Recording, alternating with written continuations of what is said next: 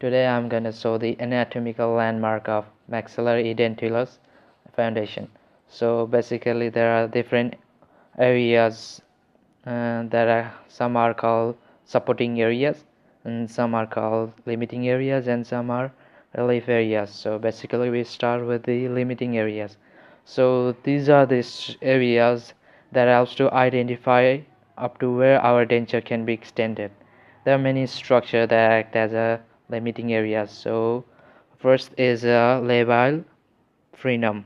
This black spot you see here, it's a labile frenum.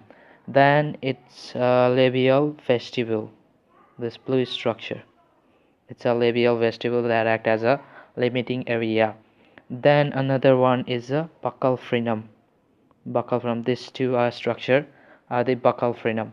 It also act as a limiting area. Then we can not extend our denture up from this area. Up to here we could extend, from beyond this we cannot extend. And the next one is the buccal vestibule, this green structure you see, right, this green structure are buccal vestibule. And another one is hamelar knots, this red spot, not the pink one but the red spot, it's a hamelar knot and it also acts as a limiting area. We can extend our denture up to this area. And the last one is the posterior palatal seal.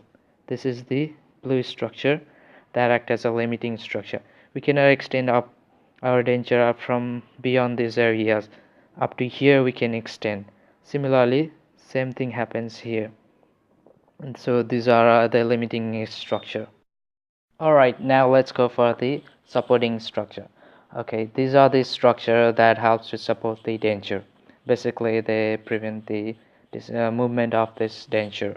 So primarily there are two supporting structure, two types of. There are primarily and secondarily. So they are also known as stress-bearing areas. So the primary stress-bearing areas are hard palate. This all gray structure you see here, right?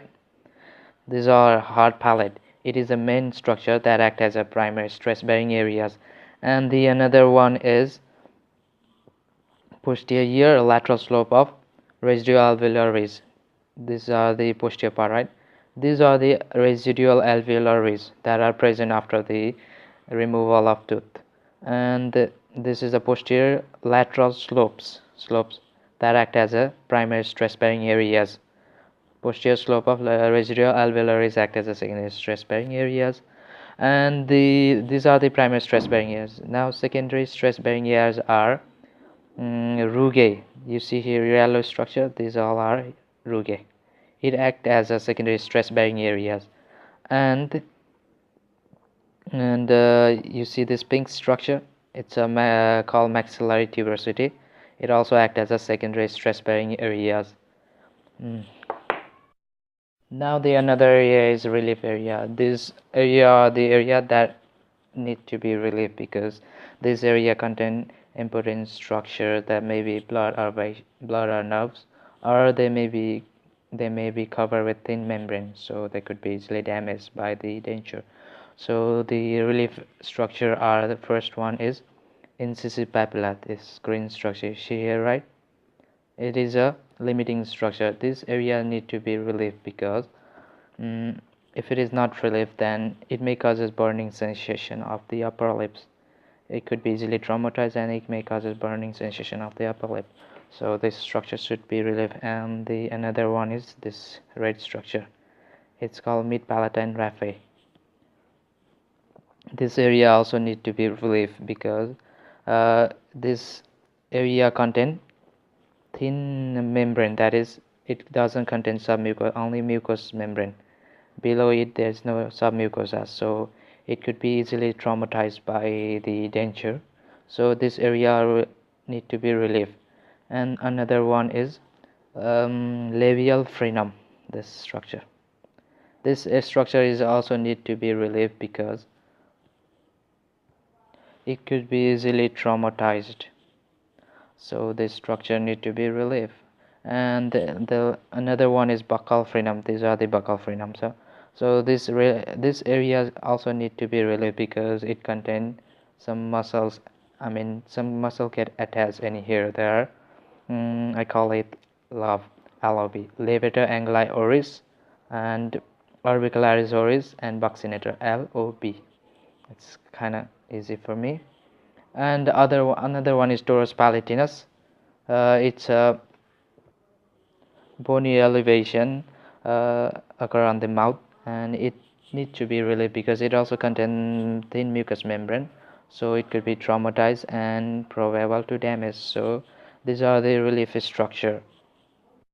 Okay, the other structure are palatinophobia. So he's palatinophobia. This it's not mentioned here, but this structure, it's a phobia palatina. Usually it's a phobia, that's a whole, and it's a phobia present probably on the soft palate. And another one is anterior vibrating line. It's a imaginary line that is located at the junction of attached tissue of hard palate and the adjacent soft palate, so it must be here.